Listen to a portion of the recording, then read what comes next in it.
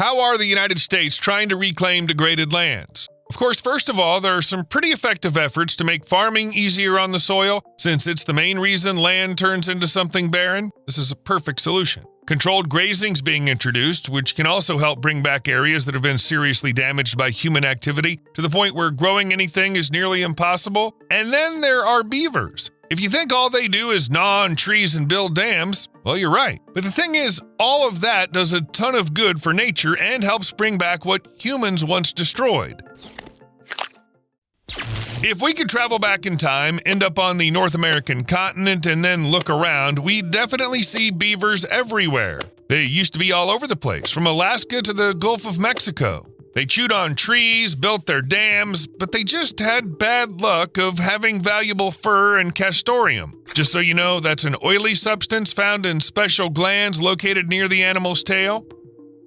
Like in so many other stories about American wildlife, at some point, European settlers arrived on the continent and started actively hunting the animals in the early 1600s. People back then claimed that in New Netherland, a colony on the east coast of the continent, about 80,000 beavers were killed every year for at least 9 years. Besides that, there's evidence showing that in Connecticut and Massachusetts, more than 10,000 beavers were trapped each year between 1620 and 1630. Here's another fact that shows the scale of the beaver wipeout by colonists. Starting in 1670, the Hudson's Bay Company sent 2 or 3 trade ships to the bay each year to ship furs from Canada to England. So basically, people hunted a lot and wiped out every beaver they saw just for their own gain. Then it turned out that beavers were getting hard to find on the East Coast, so the colonists started moving west. It's worth saying here that it was actually the hunt for animal fur, including beavers, that led to the full-scale discovery of the western lands. Many people think it was the gold rush that caused it, but in fact it was the fur rush of the 19th century that not only led to the exploration of the West, but also had serious consequences for the local wildlife.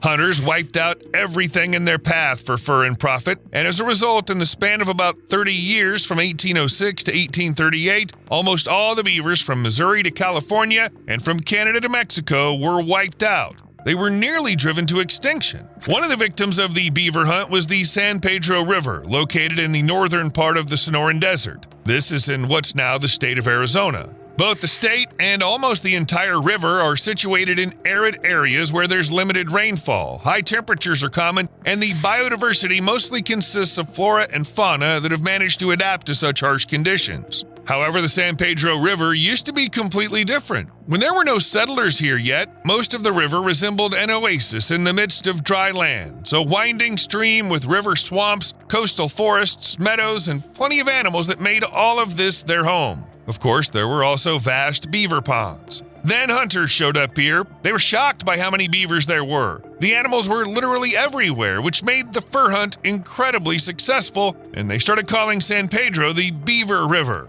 This is Fort Huachuca, the place where the last blow to the beavers of San Pedro came from. In the 1920s, soldiers stationed there blew up dams to prevent malaria. As a result, the Beaver River lost any connection to its unofficial name. The local beavers were almost completely wiped out. Because of this, the river itself changed. It lost a bunch of green areas, and the local biodiversity, which used to brighten up the surrounding desert, seriously shrank. Plus, by the mid-20th century, the once water-rich river only flowed during the rainy season. And so it went until the late 90s. People had made peace with the consequences of the beaver extermination and just carried on until the idea emerged that maybe the river running through the barren lands could be brought back to its former state. How? By bringing back those who had been building dams here since time immemorial, the beavers. From 1999 to 2002, the first beaver settlers began arriving at San Pedro. During this time, 19 beavers were released into a stretch of the river in Cochise County. Ever wondered how you can tell that beavers are happy with their home? Dams, that's their masterpiece. No one else in nature can build such a wonder on a river. In 2006, 4 years later, researchers discovered more than 30 dams built around the area where beavers were introduced to the San Pedro River. It was definitely the right place. It's true that some of the beavers apparently weren't particularly happy with the conditions. One of them was nicknamed the surfing beaver because it drifted away somewhere tens of miles from the release site at the mouth of the Gila River. Another one migrated to the Aravaipa Canyon, which is quite a distance from where the beavers were settled. A few animals just swam or ran off to Mexico, building a few dams along the upper tributaries of the river. However, despite the runaways, the project could already be considered a success since the number of beavers was growing. In 2009, according to researchers' estimates, the population was between 30 and 120 beavers. In 2010, it was announced that the population was definitely over 100 individuals. What has all this led to? To the restoration of part of the river, which was exactly what they were trying to achieve. Look, this is a dam. It works exactly the same as what humans build. It blocks the river's flow, causing the water to start collecting, forming ponds and wetlands. As wetlands form and coastal habitats expand, aquatic plants take over new available spaces. Because of all this, the variety of insects, invertebrates, fish, mammals, and birds grows. In short, beavers are habitat builders for other creatures. It's no wonder that scientists call these fluffy engineers a keystone species, meaning they have a disproportionate impact on the environment relative to their numbers. Beavers on the San Pedro River, with a population of about 100, managed to create an environment of ponds and wetlands. This brought the waterway of Arizona's desert closer to what it was before the widespread destruction of river builders. New habitats have been settled by creatures whose populations have decreased due to the lack of suitable conditions. For example, scientists analyzed the populations of 13 bird species and concluded that in areas where beavers live, the number of individuals was 50% higher than in areas of the river without the animals. For example, this is a willow flycatcher, a bird that's endangered. Its habitat expanded just because of 100 beavers, which lowered the chance of the species disappearing. Let's add that the birds wouldn't have started settling in the new home if something wasn't right, so we can confidently conclude that, besides the increase in the bird population, the area got filled with their food, insects. Besides, it's obvious that even a small population of beavers managed to have some kind of impact on the San Pedro River's water levels. We already mentioned that the waterway that runs through the desert area is dry for most of the year. This is due to the high temperatures and lack of replenishment, all the conditions typical for this region. Even before the beaver population was reintroduced to San Pedro, a wildlife biologist from the Bureau of Land Management suggested restoring the beaver population in the watershed would help retain water during the dry season. How? Dams. Here they come again. The biologist suggested that the dams built by the beavers would hold back the water, creating ponds, which would then replenish the groundwater. In turn, this would serve as a water source for San Pedro during the dry season. This would help restore the vegetation and ecosystems that existed here before all the sad events. Judging by the fact that scientists have documented bird populations on the river that wouldn't have been here without the right conditions, the plan worked. Overall, even a small group of beavers was able to turn part of the once deserted area of the San Pedro River into the lush wetland oasis it used to be before the settlers. But unfortunately, there were problems too. Even before the number of beavers exceeded 100, the introduced population of beavers faced a disaster. In 2008, a flood came. Beavers can't build their dams out of concrete like people do, so their structures aren't as resistant to natural disasters. The result was the following. Before the flood in San Pedro, there were 30 dams, but after the flood, observers couldn't find a single one. However, the beavers loved the San Pedro River so much that a year after the disaster, the number of dams was back to 30. Then another problem came up. After understanding that the beaver settlement in the area had been a real success, population monitoring continued. The scientists were pleased with the progress until 2019, when a worrying fact was discovered. The number of beavers had decreased. That year, observers reported limited activity from the animals and the lack of any lodges or huts. This led to the conclusion that the number of animals in the area had dropped to 2 or 3. No one knows for sure what caused this negative event for the river, but researchers have suggested a few possible reasons. First, beavers could have become prey for mountain lions. Yes, that's another complication in the population recovery on the San Pedro River, since these predators are common in Arizona. However, this is probably not a major issue because beavers have been living surrounded by predators for thousands of years and somehow managed to survive. The second assumption is much more sinister. The beavers were killed by people. Unfortunately, this might be the case, and in this situation, dam builders have no chance. just like during the colonization of North America. Since 2020, monitoring has been carried out by the Watershed Management Group, and 2 years into their work, researchers found that the population had grown to 13 to 17 individuals. In other words, the beavers of San Pedro are recovering their numbers after a significant decline. At the same time, watershed management itself is helping to bring San Pedro back to the pre-extermination state. For example, here's a video from 2023, when one beaver was released into San Pedro. Then in 2024, it was found that the number of individuals in the area had decreased again and dropped to 11 to 14.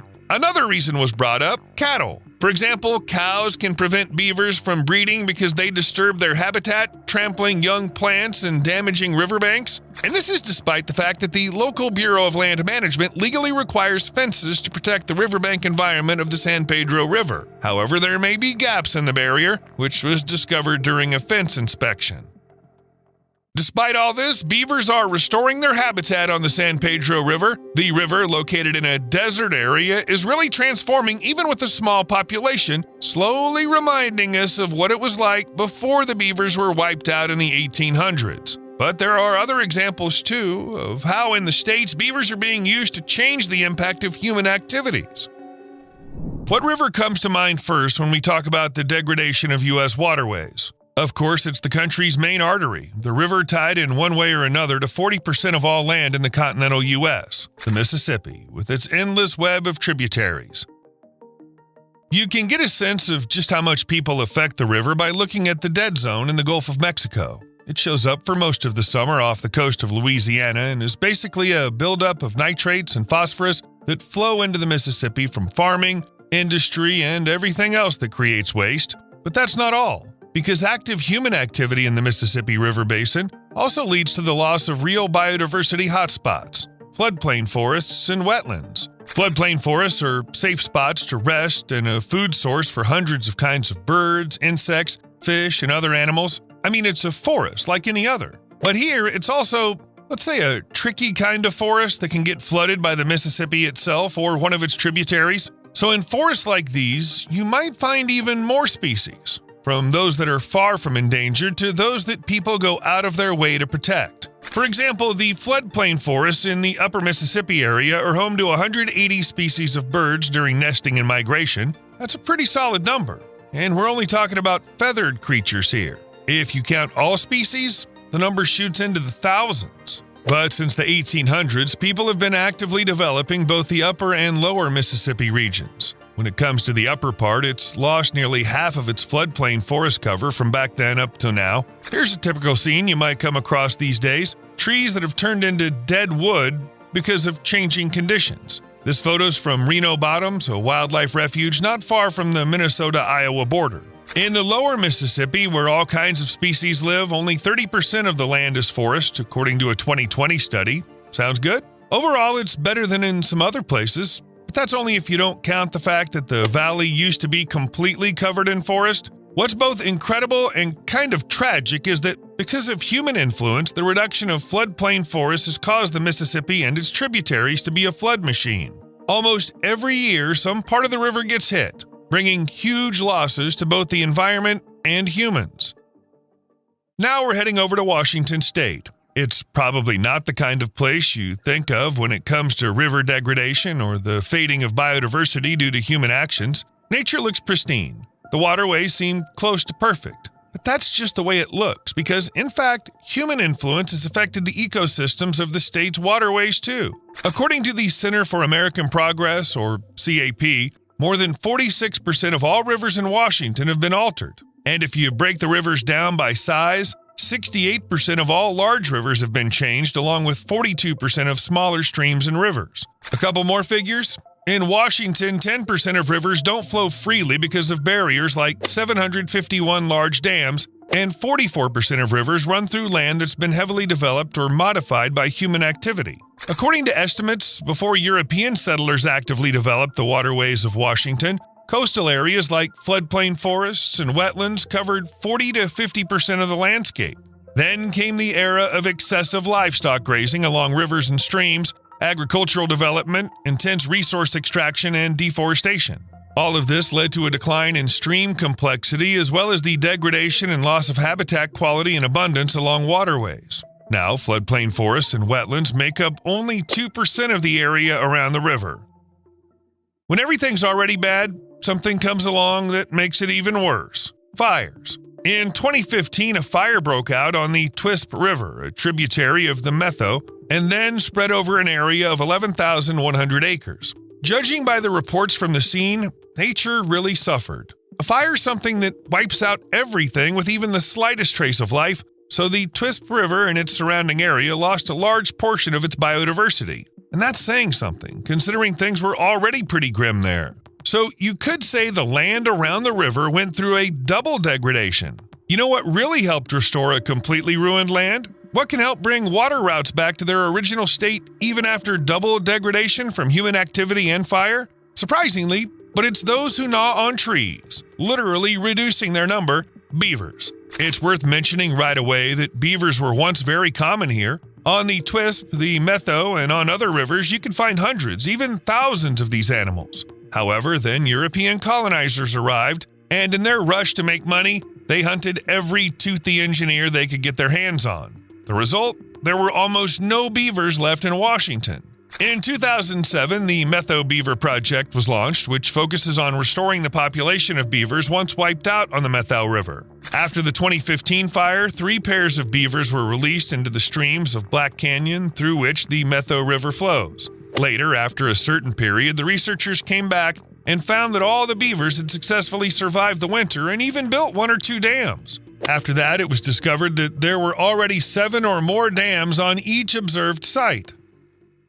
You could say that the land restoration project's going just great. Beavers are building their dams to create ponds where they can hide from predators, and for land restoration, this is the perfect setting. This is how it works. The dam blocks the river, which creates a pond in front of it. You could say that thanks to the dam, the water overflows. What does that mean? Floodplain forests and wetlands get the water they lost due to human activity a long time ago. When it comes to the conditions after the fires, beavers are like a booster shot for nature that needs to recover, because the wetlands and floodplain forests created by these animals are a magnet for a huge number of different species. So after a while, the researchers arrived at the area that had been recently burned. They saw dams with a series of large, deep ponds behind them, and around them was land covered in marsh and shoreline plants, including aspen shoots. On top of that, it was obvious that the restored landscape was on the verge of attracting deer, elk, wapiti, and many other animals since they love coming to wetlands. Sadly for the beavers, they're slow and chubby creatures, and they make a fine meal for coyotes, pumas, and bears. This also increases biodiversity, though not in the most pleasant way for nature's chief engineers.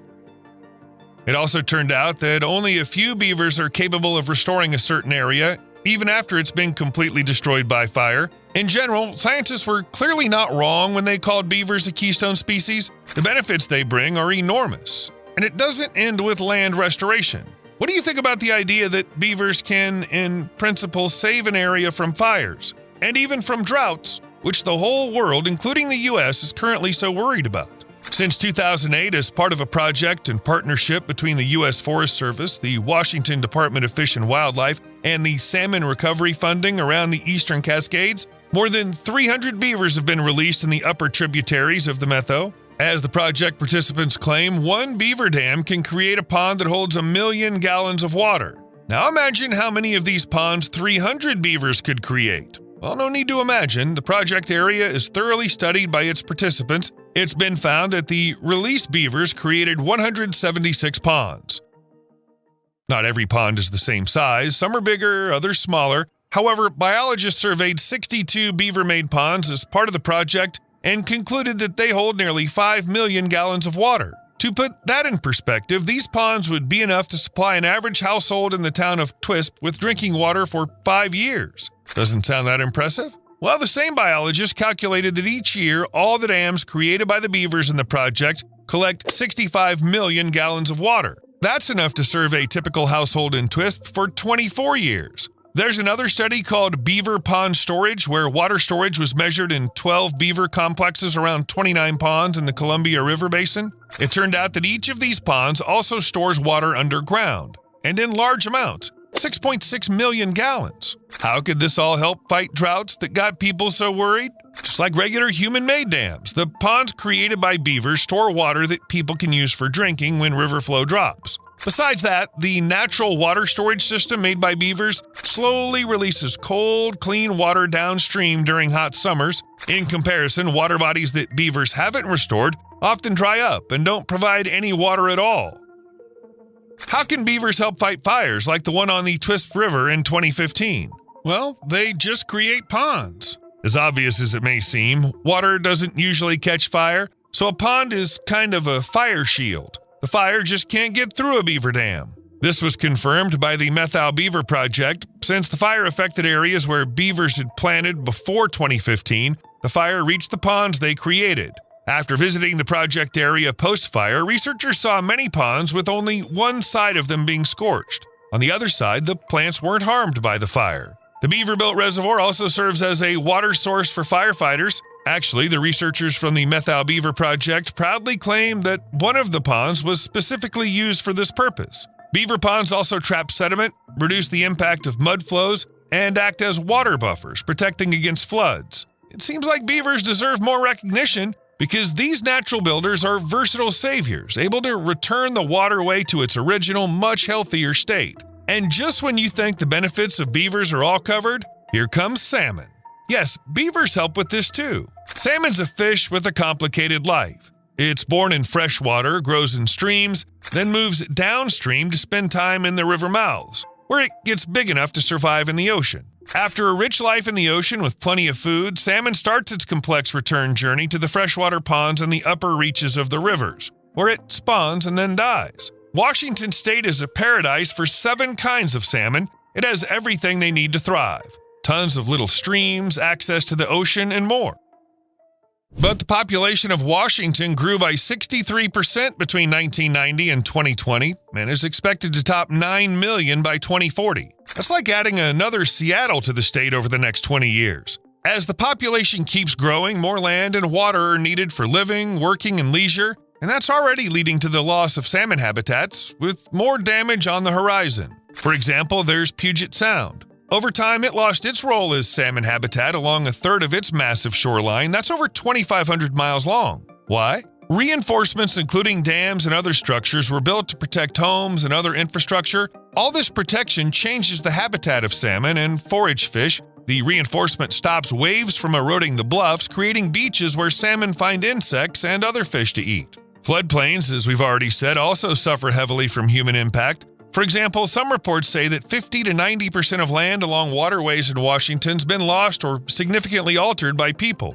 These are areas full of lush vegetation that shade and keep the water cool, filter out dirty water, support trees with roots that help hold the banks together, and provide shelter for fish. Basically, floodplains are a safe haven and a food source for young salmon. So changing or wiping them out completely becomes a real challenge for this precious fish. Of course, fixing all that takes a full-on complex approach, and that's exactly what the state's doing now, actively working to restore and protect salmon habitats. Beavers can help with that too. In Washington State, there's a project called Tulalip Beaver, and since 2014, over 200 beavers have been released as part of it. The main goal of this project was to boost the declining salmon population. The beavers built dozens of ponds, which turned out to be perfect spots for young salmon to live and grow because the water's cold, just right for this fish. Plus, ponds mean tons of plants that give shade and loads of insects that become food. Basically, a pond's an ideal temporary home for a fish with a rough journey. This project didn't measure how much the fish numbers went up after the beavers moved in. According to the team, they simply don't have the resources for that, so biologists are measuring things that are easier to gather. Water temperature, plus the number and size of new ponds. For the people involved, the key indicator is a better habitat, since a better habitat equals more salmon. If that doesn't quite convince someone, biologists go on. We've seen sites just completely transformed to these massive beaver complexes of like 12, 13 dams and ponds everywhere. Now those ponds are full of hundreds of baby salmon. By the way, all these beaver reintroduction projects not only help reverse river degradation, but also create habitats for lots of species like salmon. They also save the beavers themselves because they've only got 2 options: either get killed or live peacefully as part of some project. Utah is a state known for its desert landscapes, majestic mountains, and canyons. But behind all that beauty lies a troubling reality. Rivers that were once full, life-giving arteries are now turning into dried-up ditches. Thousands of miles of what used to be winding, living waterways are slowly losing everything tied to life and proper water resources. How can we fix this? Expensive river and stream restoration programs, planting millions of riverside plants, or beavers? Yep, those brilliant engineers of nature. In Utah, they were released straight into a river running through the state's desert lands. As we already said, Utah's rivers used to be the lifeblood of the desert. Their bends created fairly modest but still decent wetland areas, and they also soaked nearby meadows and shrubs. These ecosystems could be considered rich for the local climate. However, by the mid-20th century, everything had changed. People, as you can imagine, needed to grow crops, set up fields and pastures, and support industry. All of that, of course, required massive amounts of water, which the locals took from the rivers. In the end, canals, dams, and irrigation systems made Utah's waterways weaker and turned them into straight trenches with water rushing faster and no longer sticking around to support ecosystems. On top of the human impact, there was the climate. According to research from the University of Utah, from 1979 to 2023, the peak snowpack in the state's eastern mountains shrank. The amount of water stored as snow dropped by 16%, and the date of peak snow shifted nearly 9 days earlier due to rising winter temperatures. The result, spring runoff got weaker, and many streams are drying up. One lightning strike, an accidental or deliberate fire, and nature, along with the rivers, suffers even more. That's what happened, for example, in 2007 with the Milford Flat Fire. During its entire rampage, the fire destroyed 567 square miles of land, which included forests and riverside vegetation along streams and creeks. And that wasn't the end of the fires, of course, not even in 2007. That same year, there was the Neola North Fire, which burned through a much smaller area, 68 square miles. Still, it played its part in the degradation of the state's waterways. The reason is this. After a fire, the soil loses its ability to hold water. And then every rain washes tons of sediment straight into the riverbeds, eroding the banks and creating new gullies. Because of this, many rivers have narrowed several times over. What used to be a wide river valley with shallows and little islands is now just narrow ditches where the water rushes nonstop, not lingering to soak the meadows and glades along the banks. There's official data to back this up. In the U.S., there's the Clean Water Act, and it includes a concept called impaired waters, meaning that a river, stream, lake, or pond doesn't meet the state's water quality standards or can't support its designated uses. For example, sustaining aquatic plants and animals. So according to 2022 data, out of roughly 41,000 miles of assessed rivers and streams in Utah, nearly 11,800 miles were found to be unfit. This means that 28% of the state's waterways don't meet the standards, and a big chunk of those rivers can't really support healthy ecosystems. This is the Great Salt Lake. You know what's special about it? Back in the last century, in 1987 to be exact, it looked like this. A lot bigger, right? This lake is basically a sign that the state's got major issues with a big part of its waterways. Since 1850, the amount of water flowing into the lake has dropped by 39%. With a large-scale degradation of Utah's water systems from 1986 to 2022, the water level in the lake fell by 22 feet, hitting a record low of 3,940 feet above sea level. The surface area shrank from almost 2,300 square miles to just 926 square miles. And yes, as you probably guessed from the name, the Great Salt Lake is salty. What's more, it's salty because it doesn't have any outflow. That means the lake has nowhere to send all the sediment brought in by the rivers that flow into it. As a result, so much stuff from farming and industry is piled up on its bottom that it'd probably be best to just leave it there. However, as the water level drops, all that stuff gets exposed and can end up where it really shouldn't. And this is where beavers come in. Released into one of Utah's rivers, they might just help solve both the lake's issues and the state's deteriorating waterways in general. In 2019 and 2020, scientists from the University of Utah set a goal to bring one of eastern Utah's most depleted arteries, the Price River, back to life with the help of beavers and to study the whole process. They found the perfect candidates. Each animal first went through a 3-day quarantine at a rehab center, got checked for diseases, and was fitted with a microchip and radio transmitter so researchers could track the nature engineer's movements. And finally, the beavers were released in the right spot. It seemed like the start of an amazing story about a river being reborn in a dry, desert region, and it really was. Except first, the relocated rodents had to face a tough challenge. You've probably already figured out that Utah's climate isn't exactly a gift, not just for the rivers, but for nature's top engineers too. They noticed it right away after arriving near the Price River. The long drought caused one of the study sites to dry up completely, and summer temperatures stayed over 100 degrees Fahrenheit for weeks, sometimes even months. Add to this the stress of moving around, plus the fact that natural predators live in the area and don't really get the true purpose why the researchers released beavers. To them, every rodent is just food. In the end, some of the released beavers didn't make it, and some showed exactly why each beaver got a microchip and a tracker. Searching for better conditions, a few of them moved from the originally chosen restoration area as far as 12 miles downstream. Despite all the challenges, it turned out even such tough spots weren't a problem for nature's best engineers. All they needed was some branches, or even stones. Check out how this rodent rolls something that honestly shouldn't be part of beaver building at all. What came out of it was the main thing beavers build, and the key thing the deteriorating Utah waterways need. Of course, that's dams. The first and most obvious thing that happens when a barrier shows up right in the middle of a riverbed is the slowing down of the current. At the same time, studies showed that the speed drops quite a bit from 3 feet per second down to 1 to 1.6 feet per second. This causes the water to lose its ability to wash away soil particles and stones from the bottom and banks. In other words, a beaver dam is basically a tool that helps reduce erosion on the Price River, one of those waterways in Utah that suffer a lot from this problem. A barrier on a river like a dam is the reason why water stops and starts looking for other ways to escape somehow. As a result, ponds appear. They're even called after beavers, beaver ponds.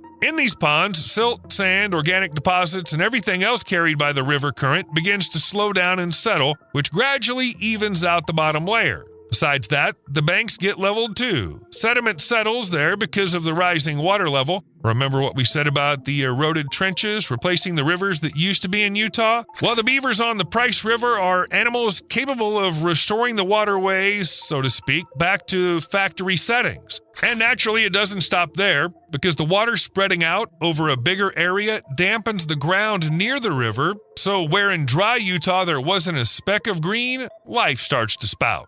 Yes, so far the beaver reintroduction, which we're talking about today, hasn't really shown big results in this regard. The reason's simple: not enough time, and not the best conditions. Still, it's a well-known fact vegetation will grow where there's moisture, and that'll already be a sign that wetlands have formed, which won't be as vast in places with a better climate, but they'll still be a hot spot for biodiversity. Why? The thing is, insects are drawn to the plants, and the general conditions of wetlands, for whom breeding in stagnant water is just perfect.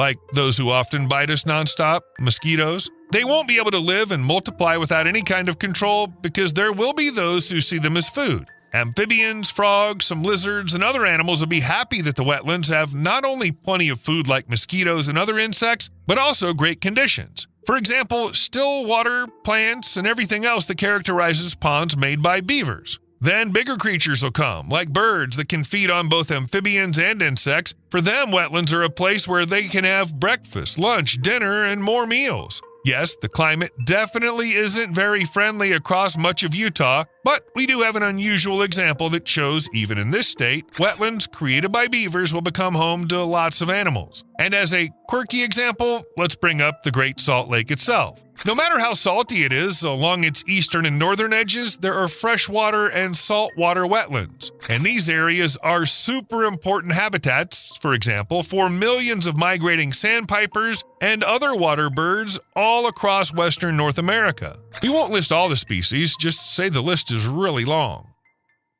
And if the huge number of birds isn't enough to call the area rich in biodiversity, it's worth mentioning that the birds wouldn't have picked a place with no other animals, meaning no food sources. So within the 2019 to 2020 project, they kicked off something that will, without a doubt, truly transform the Price River, making it way greener and more alive. And beaver-made ponds are also a kind of fire protection.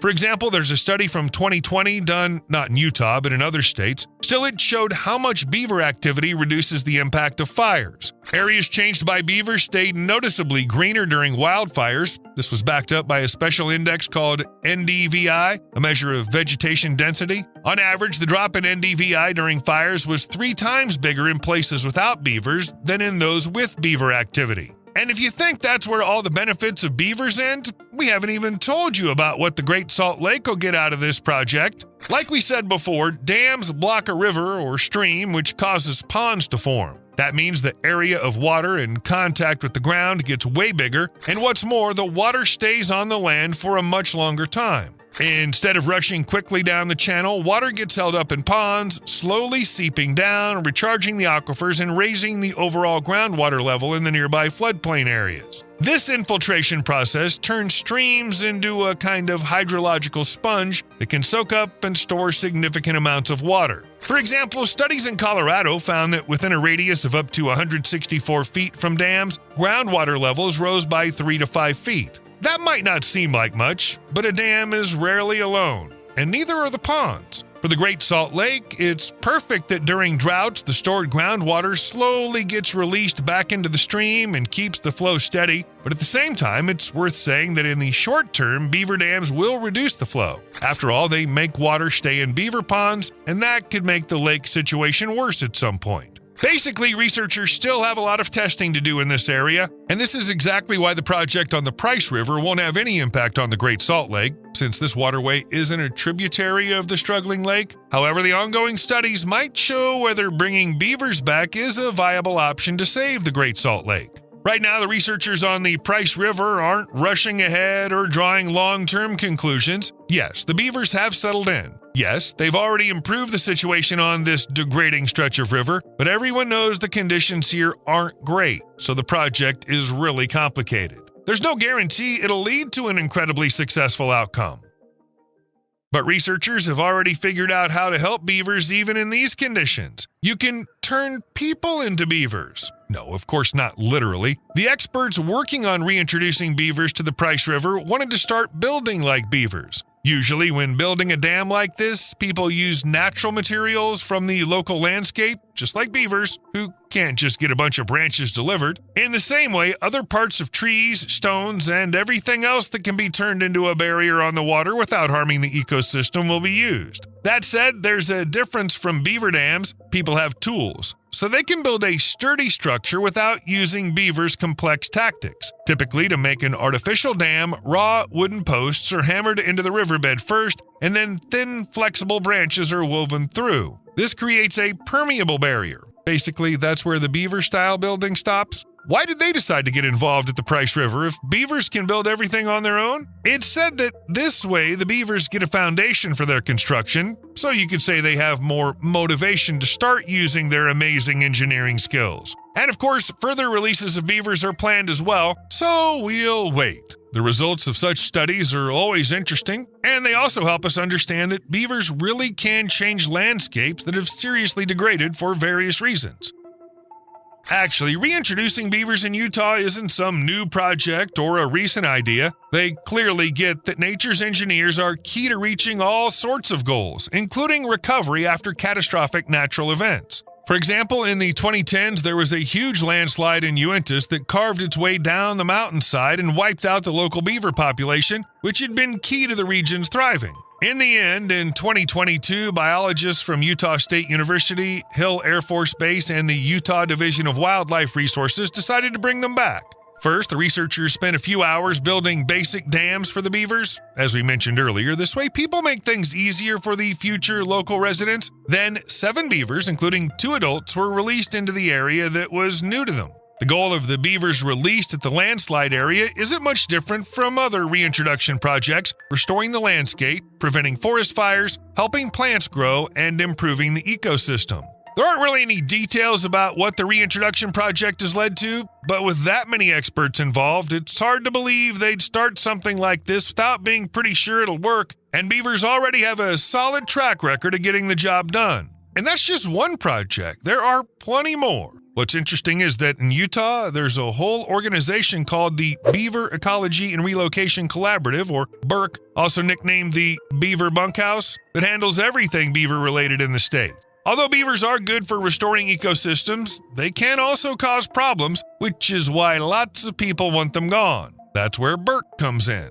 The team catches the most active builders who flood crops, pastures, and threaten roads, and then gives them a short-term stay at a quarantine bungalow. There, the beavers get a checkup and their shots. As soon as the vets confirm the animals are healthy, the most interesting part begins. The beavers head off on a journey. Not to a zoo, but to places where rivers are worn down by erosion and drying up. There, in tired riverbeds and forgotten watersheds, the beavers get a chance to put their skills to use without upsetting farmers or anyone else. At the same time, BERC isn't just letting rodents loose. The team studies the habits of each beaver family closely, who's digging burrows where, what types of trees they like best, and what population density works best to fight erosion. Thanks to all that prep, they're building not just healthy ecosystems, but also strong partnerships with Utah's Division of Wildlife Resources, local farmers, and landowners. Together, they're learning how to live in harmony with beaver engineering. And that's key to keeping everyone happy: rivers and their ecosystems, the beavers, and the people.